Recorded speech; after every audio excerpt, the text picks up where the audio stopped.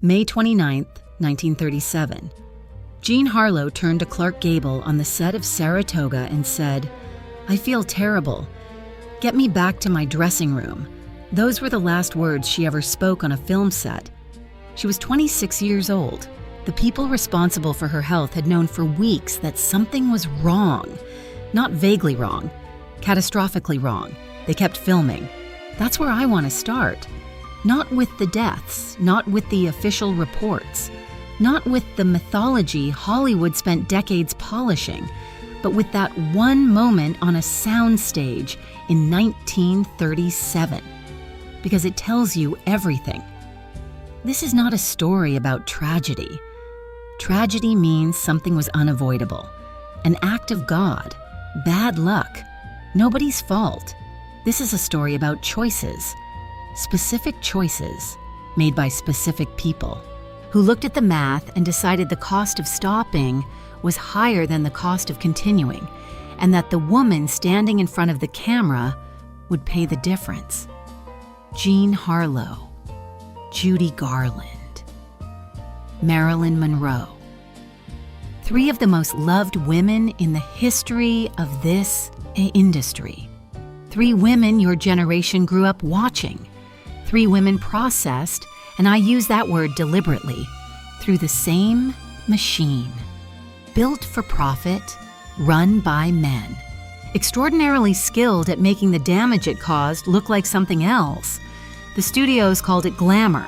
The press called it tragedy. I'm going to call it what it was. Here's something people forget about Golden Age Hollywood. It wasn't a creative industry. Not really. It was a manufacturing industry that happened to make films. MGM, 20th Century Fox, Paramount, Warner Brothers. These weren't studios in the artistic sense. They were vertical monopolies. They owned the theaters showing the films. They owned the distribution networks getting the films there. And under long-term contracts, they owned the people making the films possible.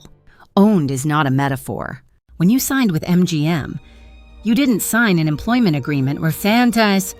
You signed something closer to a deed.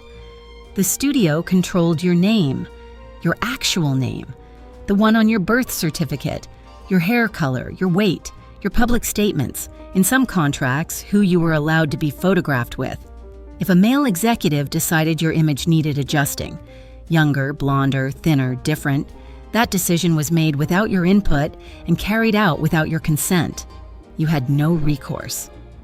That was the contract you signed. And running through all of it, quiet and efficient, was a medical system that almost nobody talked about for decades. Every major studio had doctors on retainer, not doctors whose job was to keep people healthy, doctors whose job was to keep people working. Their salary came from the studio. Their continued employment depended on the studio's satisfaction. Their patient, in any meaningful sense, was the production schedule. By the late 1930s, a particular approach had settled in across the lots: Benzedrine, amphetamine, to suppress appetite and hold performers upright through 16, 18-hour days. Barbiturates when the Benzedrine made sleep impossible. More Benzedrine when the barbiturates made waking impossible. Repeat indefinitely, not in back rooms, not secretly. This was the standard of care. Doctor. Lee Siegel worked as a physician for 20th Century Fox. Years later, he told biographer Anthony Summers flat out, in those days, pills were seen as another tool to keep stars working. The doctors were caught in the middle. If one doctor would not prescribe, there was always another who would. Everyone was using pills. Everyone. Debbie Reynolds found out the hard way what that meant. Early 1950s. She's shooting Singin' in the Rain, running on fumes, and her personal doctor tells her to take a week off. She tells MGM. The studio chief, Arthur Freed, tells her to go see a different doctor, one who would give her what he called vitamin shots. Reynolds later wrote, "These were possibly the same vitamins that ruined Judy Garland. That decision, staying with my own doctor, may have saved me from a life on stimulants." Reynolds got out. 3 women didn't. We start with the first. If you saw Dinner at 8, and if you're of a certain age, you almost certainly did, you remember that look. She turned to the camera and smiled at something only she knew. Something she found quietly funny about the whole situation. That was the real Jean Harlow, not the platinum bombshell the studio constructed and sold. The woman underneath was warm, quick, genuinely, instinctively funny in a way that couldn't be manufactured. Howard Hawks said directing her was mostly staying out of her way. Clark Gable said working with her felt less like acting and more like a conversation. Anita Loos, novelist, screenwriter, someone who knew her well, described her simply as a regular girl with no vanity whatsoever and no feeling about the sensation she created wherever she went. She hated being platinum blonde, said so directly. 1935. It made me look hard and spectacular. I had to live up to that platinum personality. What she wanted, what she kept saying she wanted, was to be taken seriously. To play roles that asked something of her besides her face. MGM had no interest in that Jean Harlow. Between 1932 and 1937, she made 22 films for the studio. 5 years. 22 films. That's not a career. That's extraction. Youth and novelty were perishable commodities, and the studio knew it. You worked the asset while the asset was worth working. Her personal life during those years was a sequence of disasters, mostly disasters that MGM shaped to protect itself. Not her. Her second husband was Paul Byrne, MGM executive, 22 years older than she was. They married in 1932. 2 months later, he was dead. Gunshot wound to the head, ruled a suicide. What the record shows, and has shown for decades, is that MGM's fixers arrived at the scene before the police did. The studio had a press narrative drafted before the investigation opened. Jean Harlow later disputed publicly what MGM said about why her husband died. The studio released their version anyway. She had no power to stop them. None. By early 1937, Jean Harlow's kidneys were failing. She didn't know it. Whether her doctors knew it and said nothing, or genuinely missed it, has never been fully settled. What her co-workers saw, what they described years later, was a woman whose exhaustion didn't respond to rest. Puffy face, gray skin. Clark Gable, filming Saratoga with her, noticed she smelled of urine when they kissed in scenes. That smell is not vague. It's a specific, clinical sign of advanced kidney failure. When the kidneys stop filtering, the body starts excreting waste through skin and breath. Gable said something was wrong, loud enough for people to hear. The production continued. Her mother, Mother Jean, who'd controlled her daughter's money and personal life for years, whose own MGM salary depended on keeping Jean available and cooperative, was a Christian Scientist. When Jean collapsed in May 1937, her mother didn't call a doctor. She called a faith healer, Louis B., Mayer found out. He visited Harlow in the hospital, smelled what Gable had smelled, went back to his office and said to his secretary, "This is nothing but legalized murder." He said that. Then he went back to running the studio. The first doctor to examine her, Ernest Fishbaugh, summoned by William Powell, diagnosed an inflamed gallbladder. Wrong. Mother Jean told MGM Jean was improving. The studio announced she had influenza, expected back on set Monday. She never came back. A second doctor, Dr. Leland Chapman, finally got it right. Chronic progressive kidney disease. His clinical assessment was that her kidney function was insufficient to maintain life. The blood work showed uremic poisoning. Waste products her kidneys should have cleared, now saturating her blood. Even with modern dialysis, which didn't exist in 1937, it's not clear she could have been saved, but she could have been treated earlier. She could have been taken off the set weeks before. She could have been given time. Jean Harlow was rushed to Good Samaritan Hospital on June 6th. She died the following morning at 11:37 a.m.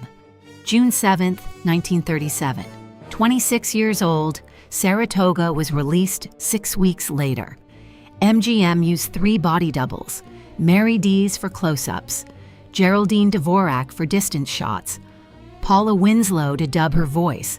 The film became the highest-grossing release of 1937. The highest-grossing film of Jean Harlow's career. She never saw it. Louis B. Mayer organized her funeral. He didn't go. One more thing before we move on. In her dressing room at MGM, Harlow kept a lucky mirror. She looked into it every time before she left. She also wore an ankle bracelet she believed brought her luck. 2 small rituals, something to hold on to in a place that didn't offer much else. No mirror stops a studio from deciding your production schedule matters more than your kidneys. MGM didn't learn from Jean Harlow's death.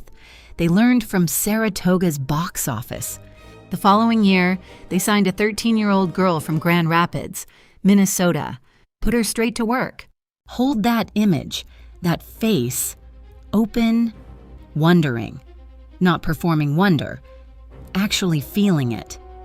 The face of someone who hasn't decided yet whether to be afraid.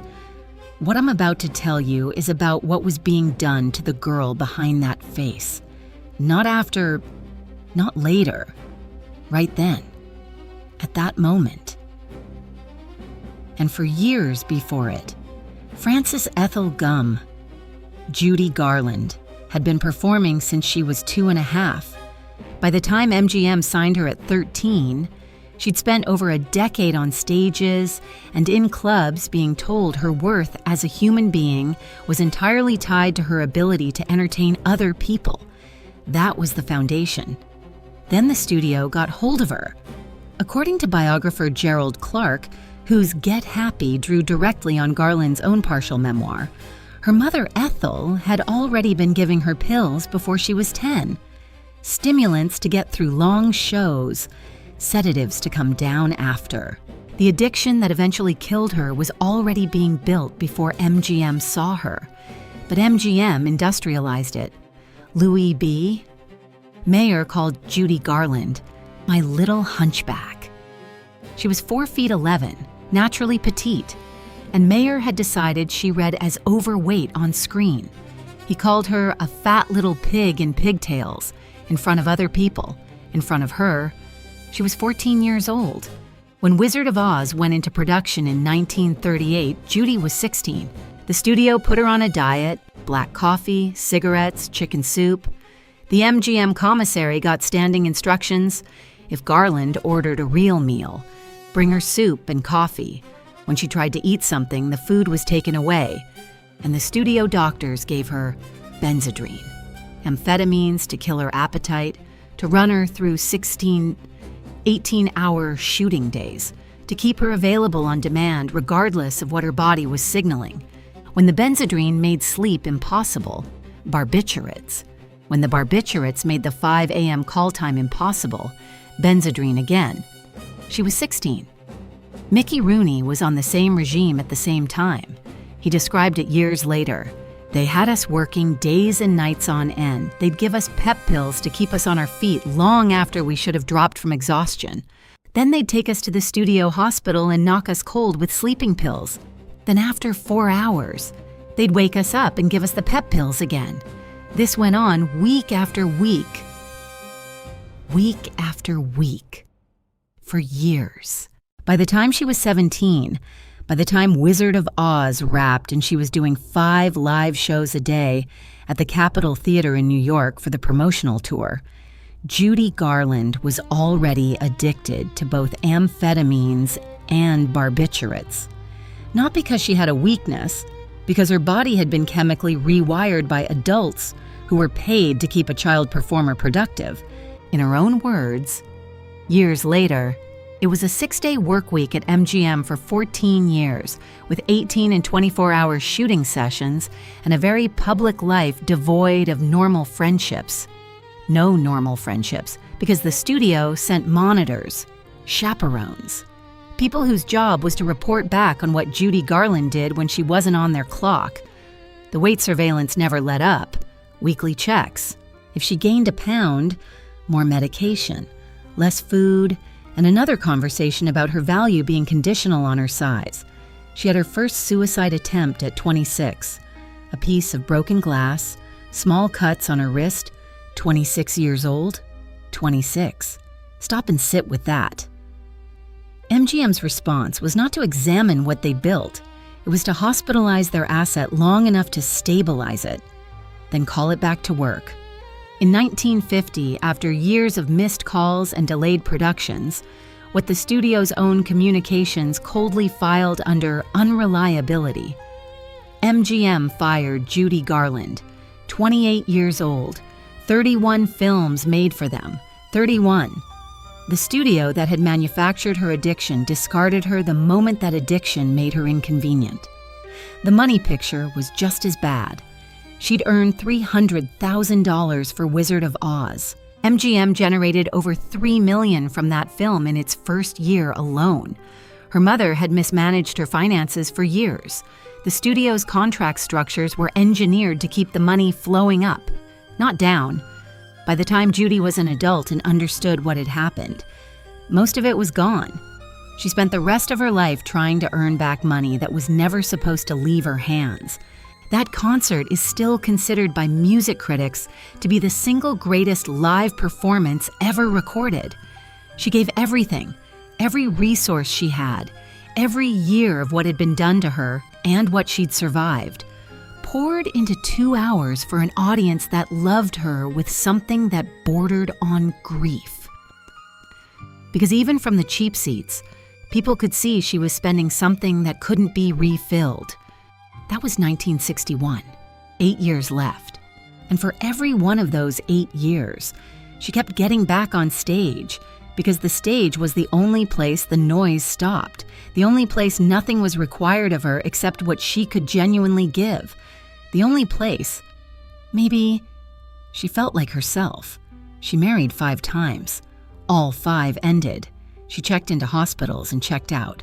She tried again and again to get clean, and the people who sat with her through withdrawal said the physical process was like watching someone try to escape their own nervous system. Because she'd been chemically dependent since childhood. Her body had no memory of what it felt like without those drugs. June 22, 1969, London, her 5th husband, Mickey Deans, found her dead in their bathroom, 47 years old. The coroner, Gavin Thurston, wrote, "This is a clear picture of someone who had been habituated to barbiturates in the form of Seconal for a very long period of time, and who, on the night of June 22 and /23 RD, perhaps in a state of confusion from a previous dose, took more barbiturate than her body could tolerate. Habituated since childhood. Seconal. Street name in the 1960s. Red Devils. Same family of drugs the MGM studio doctor first handed Judy Garland when she was a child. She'd been trying to get free of them for 30 years. The press called it tragic. It wasn't tragic.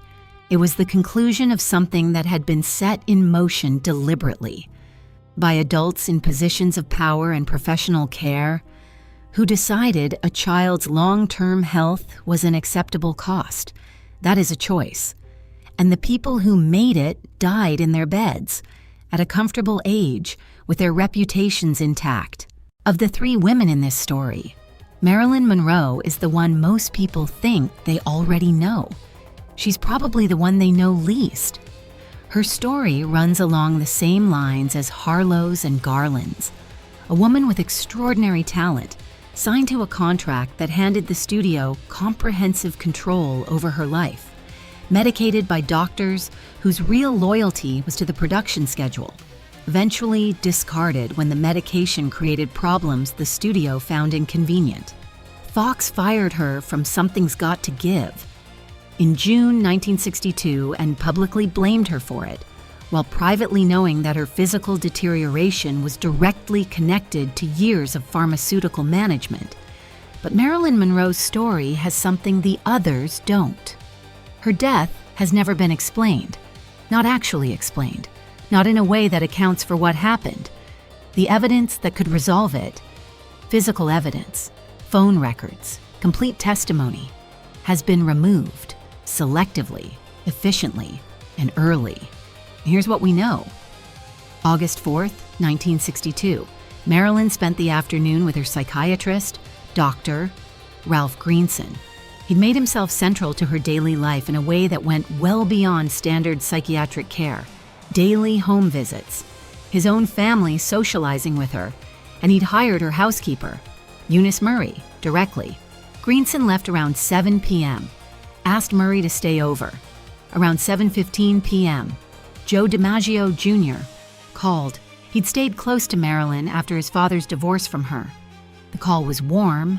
She sounded fine. Her last confirmed call was to Peter Lawford, actor, brother-in-law to President Kennedy. He told police later she sounded drugged, far away.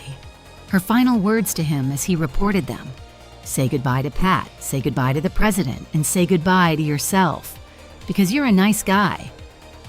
That was the last confirmed communication. The official account: Murray woke around 3 a.m., saw light under Monroe's door, no response to knocking, called Greenson. He drove over, broke a window, found her dead face down on the bed with a telephone in her hand. Police called at 4:25 a.m. Here's where it falls apart. Eunice Murray changed her story.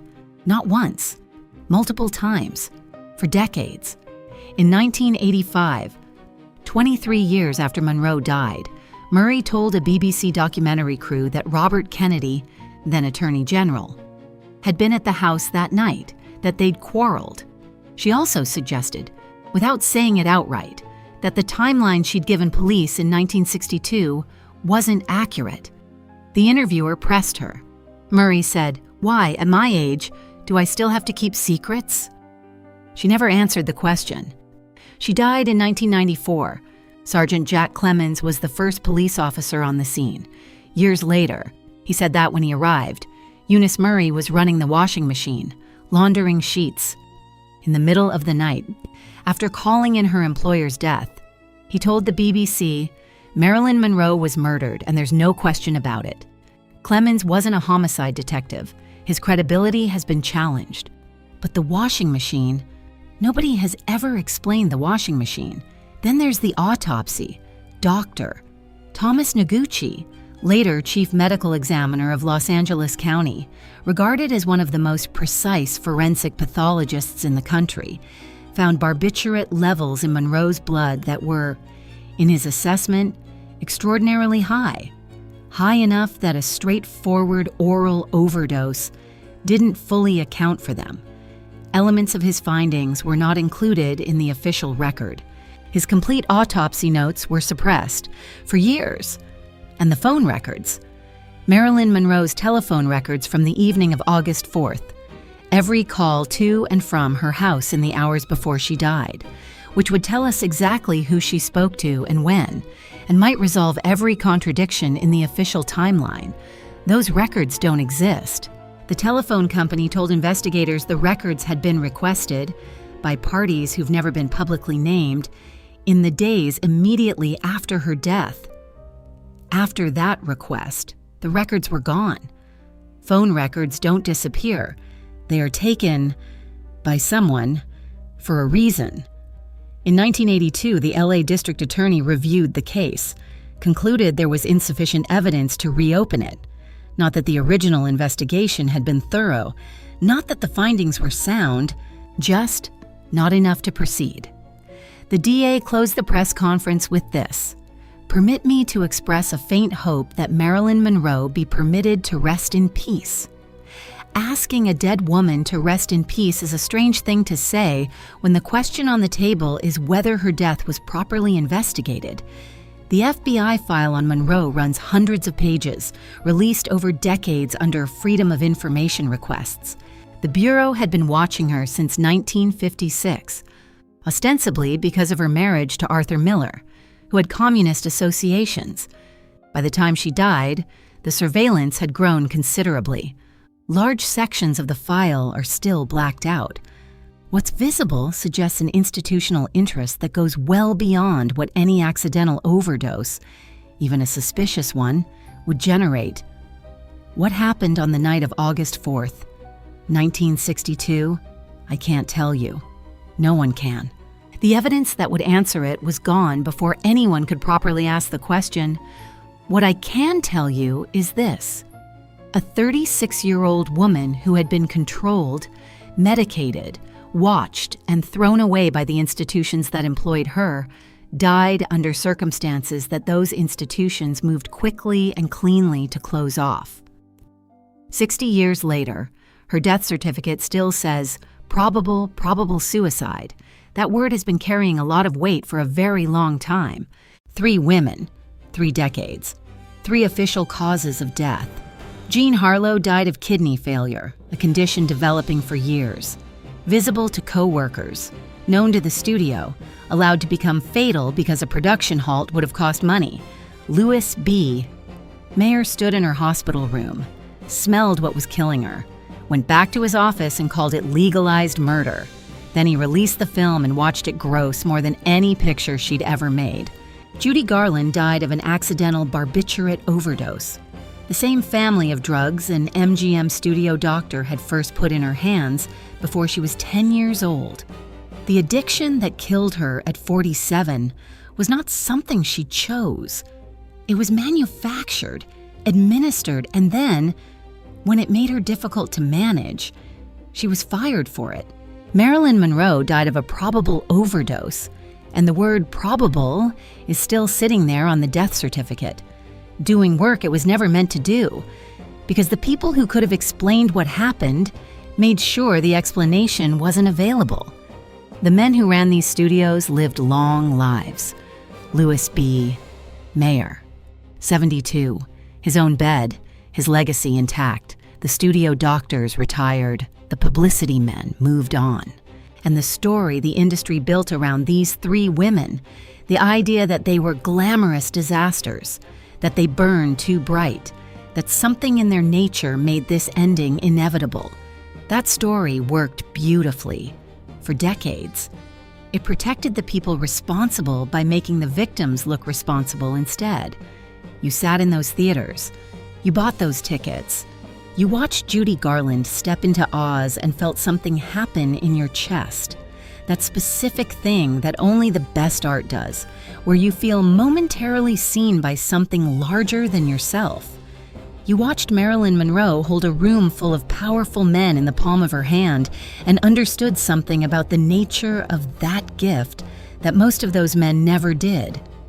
You sang over the rainbow in your kitchen when nobody was listening. You were part of the audience that made these women matter. You loved them for decades, and the story you were given about how they lived, about how they died, about who was responsible, was written by the same institution that destroyed them. You deserved better than that. They deserved better than that. Nobody told you the truth. Until now. Jean Harlow was 26. There were people who could have saved her. They did the math and decided the production was worth more. Judy Garland was 10 years old the first time an adult gave her a pill to make her more useful. She spent the next 37 years paying for that decision with everything she had. And whatever happened in that house in Brentwood, whoever was there, whatever calls were made, whatever was washed and removed and sealed, Marilyn Monroe spent her entire adult life being told her value was conditional, her privacy was negotiable, and her health was a line item that could be cut. The studio system ended, the contracts were dissolved, the monopolies were broken. The instinct behind it? Protect the machine, manage the story, make sure the version that gets told is the version that protects the people at the top, that didn't go anywhere. It got quieter. It got better at hiding. These women deserve to be protected. They deserve to be believed. They deserve to grow old. The least we can do is refuse to tell the story the way the machine wanted it told.